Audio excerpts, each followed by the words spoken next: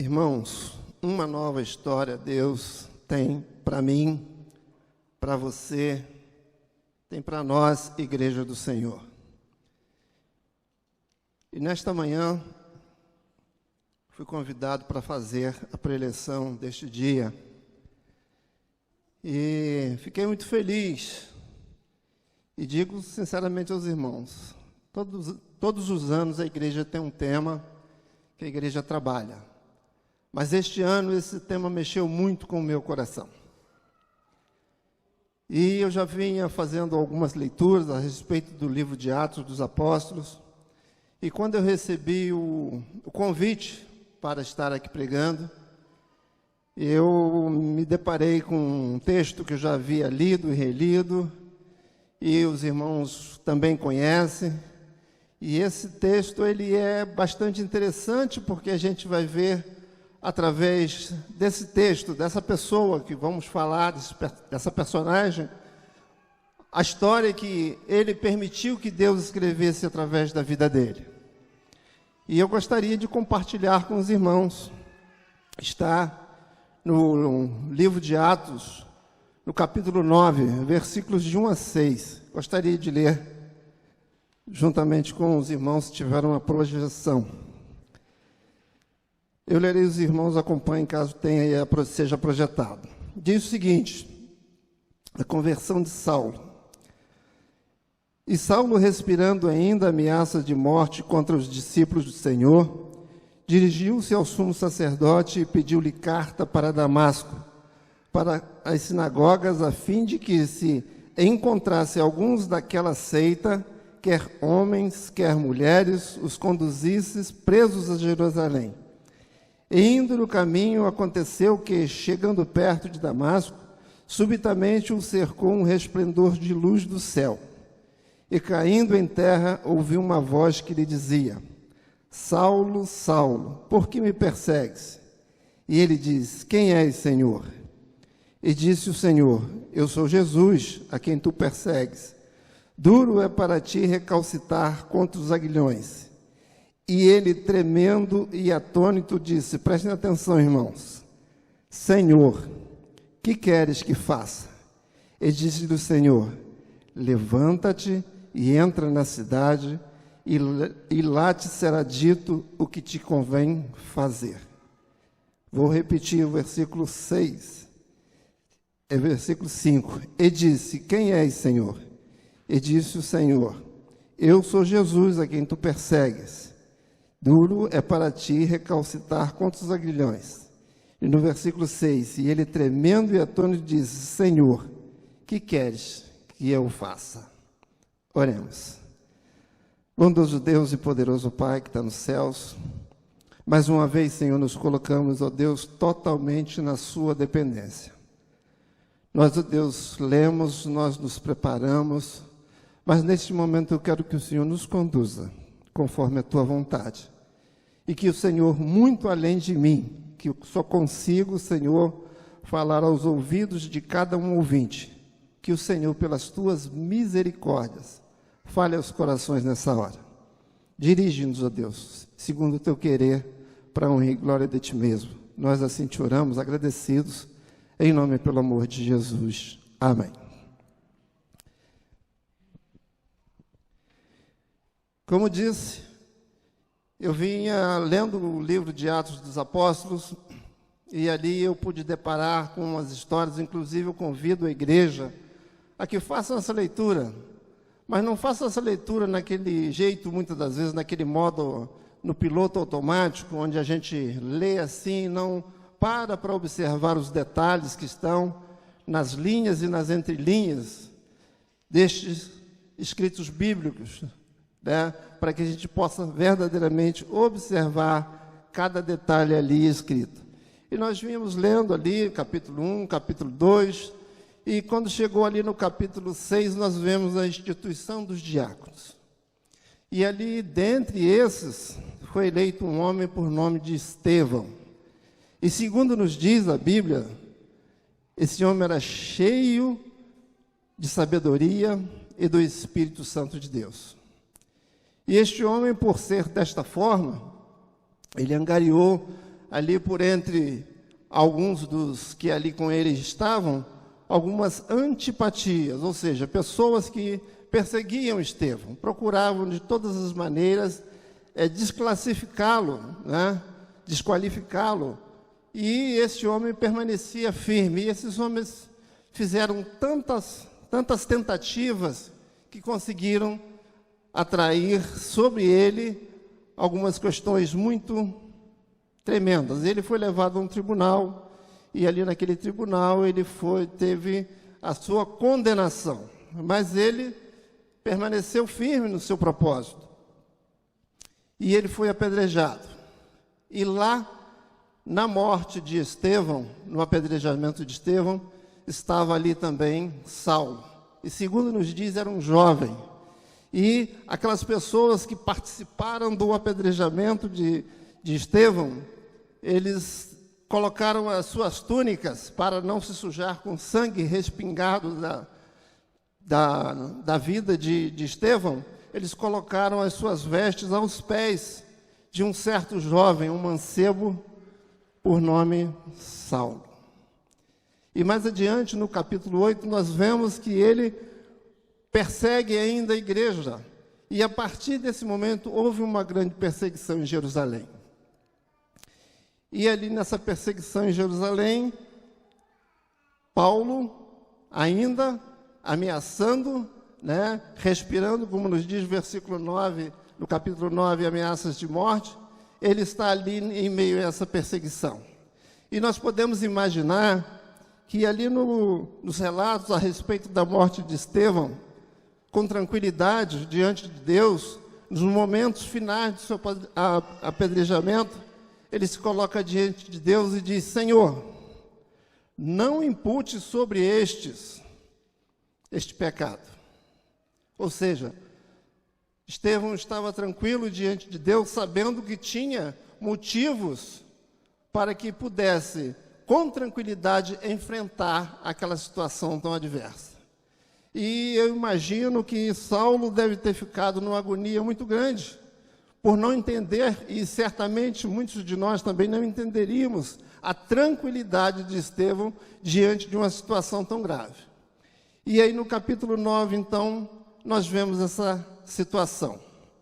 Paulo pede carta para ir a Damasco para perseguir os cristãos. E ele chega no sumo sacerdote e faz a sua colocação, o seu discurso pedindo carta, e ele recebe essa carta e vai então a caminho de Damasco para perseguir os cristãos. E este homem agora tão imponente, certamente com mais alguns amigos, comparsas ou pessoas que com ele estavam para perseguir os cristãos, ele de repente, ele é surpreendido, irmãos, com o resplendor de luz dos céus. E ao ser surpreendido por este resplendor de luz do céu, ele perde a visão e cai ao chão. E quando ele cai, ele ouve uma voz: Saulo, Saulo, por que me persegues? E ele de pronto, ele já responde: quem és, Senhor? E aí nesse diálogo Jesus fala com ele: eu sou Jesus a quem tu persegues. E aí mais adiante ele faz então a pergunta que eu tenho feito a mim e que sugiro que cada um dos irmãos faça. Neste ano, né, com o tema de uma nova história Deus tem para mim, eu pergunto ao Senhor: Senhor, o que queres que eu faça? E aí nós começamos então a pontuar aqui a nossa mensagem. Irmãos, para verdadeiramente deixarmos e escrevermos uma nova história, ou seja, nos deixar instrumentalizar, para que Deus escreva através de mim, de você, de nós, igreja, uma nova história, nós precisamos nos disponibilizar diante do Senhor. Senhor, o que queres que eu faça? Esta tem que ser a nossa condição. E aí, diante deste fato, mais adiante na leitura, nós vamos ver que um certo Ananias é chamado por Deus para estar com Saulo, então. E aí Ananias aceita, mas reluta um pouco, dizendo: Senhor, há muito tenho ouvido acerca deste homem, o quantos males tem feito aqueles que te adoram.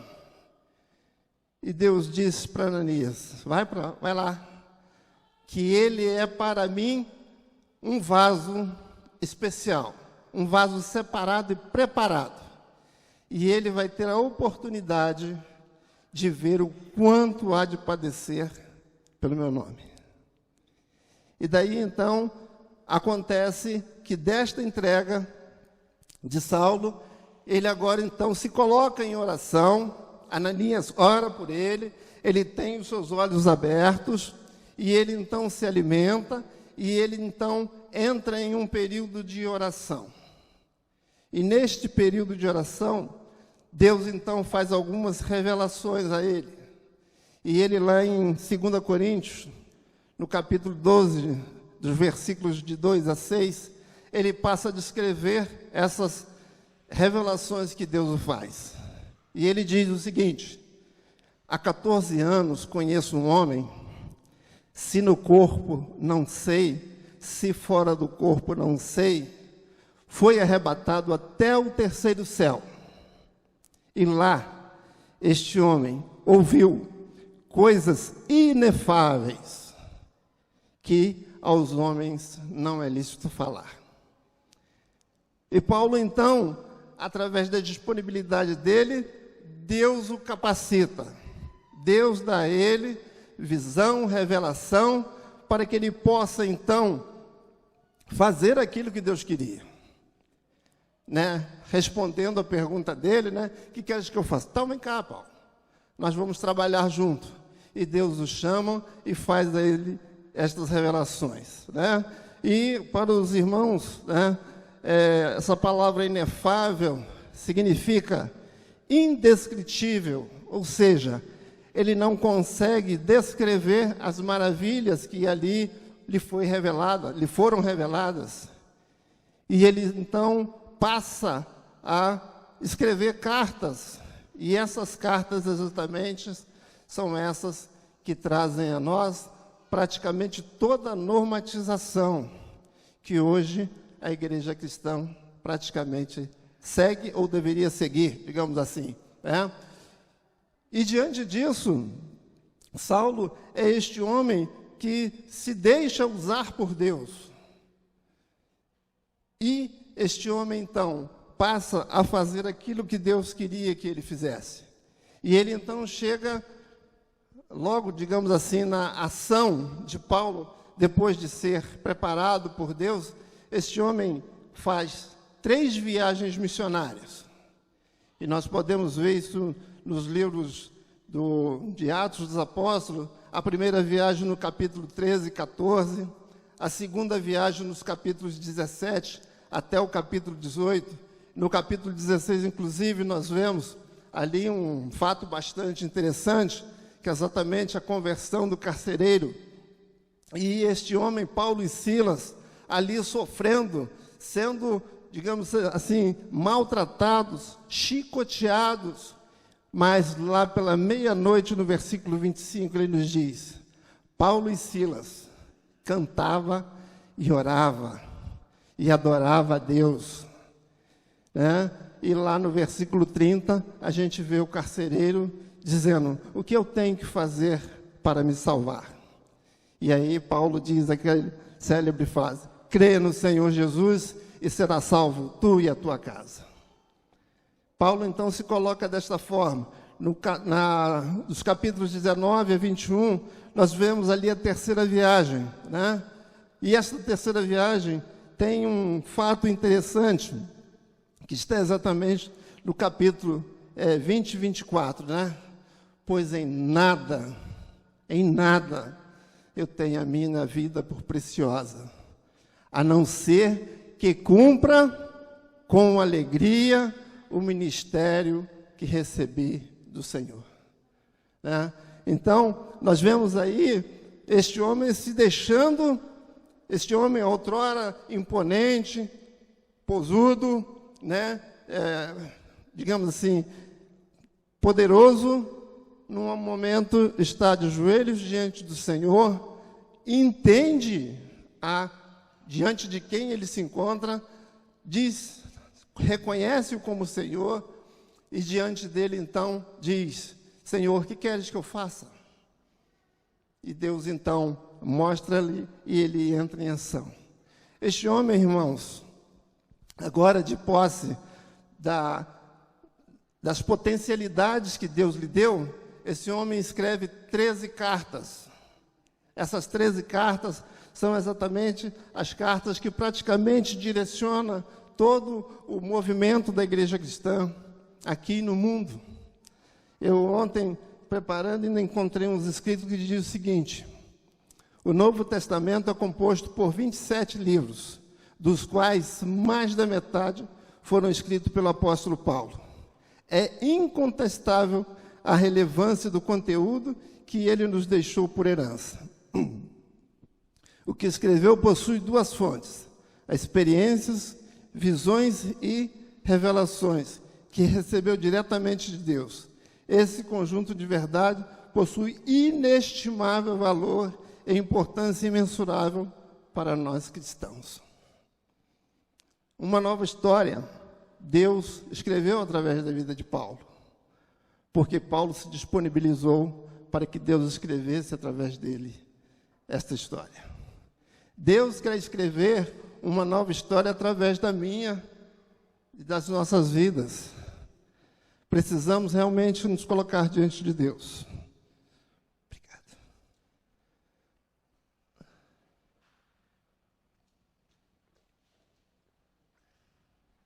Obrigado, Jorge. Precisamos realmente nos colocar diante de Deus, porque Deus quer também escrever uma nova história através das nossas vidas e através da vida da PIB de Petrópolis. E mais adiante a gente vemos algumas colocações, de Paulo escrevendo, tendo preocupação com que as pessoas estivessem entendendo aquilo que ele estava querendo transmitir. Ele tinha uma responsabilidade com Deus e com os homens de ter recebido uma missão e de estar passando esta missão. E chega um ponto em que muitas das vezes, quando eu li e deparei, não agora, um tempo atrás, eu falei assim: que pretensão de Paulo, né? Quando lá em 1 Coríntios, no versículo 11, ele nos diz o seguinte: olha, se está muito difícil entender o que Deus quer para a sua vida, faça o que eu faço, Sede, pois, meus imitadores, como eu sou de Cristo. Olha a instrumentalidade desse homem nas mãos de Deus, e Deus quer fazer isso comigo e com você, conosco, igreja. Devemos nos deixar trabalhar por Deus, nos disponibilizarmos verdadeiramente, que o Senhor vai nos dar as condições para que nós possamos, então, não vamos escrever 13 cartas, Como Paulo nos diz também, em 2 Coríntios, vós sois cartas escritas ao mundo, não com tinta e papel, mas com o Espírito Santo de Deus. Irmãos, vamos nos deixar usar. Deus quer usar-nos. Nós estamos vivendo, irmãos, um tempo muito, muito, muito difícil, E digo sem nenhuma dúvida, nós estamos realmente caminhando para os tempos finais, O tempo urge. A nossa missão, a sua missão, a minha missão, a missão da igreja do Senhor é de anunciar o Evangelho. A nossa função como igreja é de adorar a Deus, reconhecendo como Senhor, reconhecendo como o Criador, reconhecendo como o nosso Salvador, reconhecendo como nosso Senhor. E diante desta adoração, só nos resta que o nosso vizinho também conheça, que o nosso irmão também conheça, que os transeuntes que passam pelas ruas conheçam a esse Deus que transforma as vidas, que quer escrever cartas ao mundo e quer escrever através de mim e de você. Que nós possamos, irmãos, diante de Deus nos colocar. Vamos verdadeiramente nos deixar que Deus escreva através de mim e de você, escreva através de nós, uma nova história aqui na cidade de Petrópolis, levando a todos os nossos aqui amigos, parentes, vizinhos, ou não, todos os cidadãos de Petrópolis, o conhecimento deste Deus maravilhoso. Que Deus assim possa nos abençoar. Amém, irmãos? Vamos orar? Pai, diante de Ti mais uma vez, Senhor, nós nos colocamos em adoração, em louvor, em gratidão. E suplicamos, Pai, que estas mensagens, Senhor, que, ó Deus, pelas Tuas misericórdias nós podemos transmitir, que o Senhor possa, Senhor, reverberar, ó Deus, nos corações, ó Deus, de cada um, assim como tem reverberado no meu coração, a necessidade, Senhor, de nos colocarmos verdadeiramente diante do Senhor, reconhecendo o Senhor como nosso Deus e, ó Deus, sendo obedientes, Senhor, assim como Paulo nos diz, ó Pai, para que possamos, ó Deus, transmitir, ó Deus, o Teu recado aos homens. Ouve, Senhor, o nosso clamor, dirige-nos, ó Deus. Nós assim Te oramos, agradecidos, em nome de Jesus. Amém. Amém, irmãos?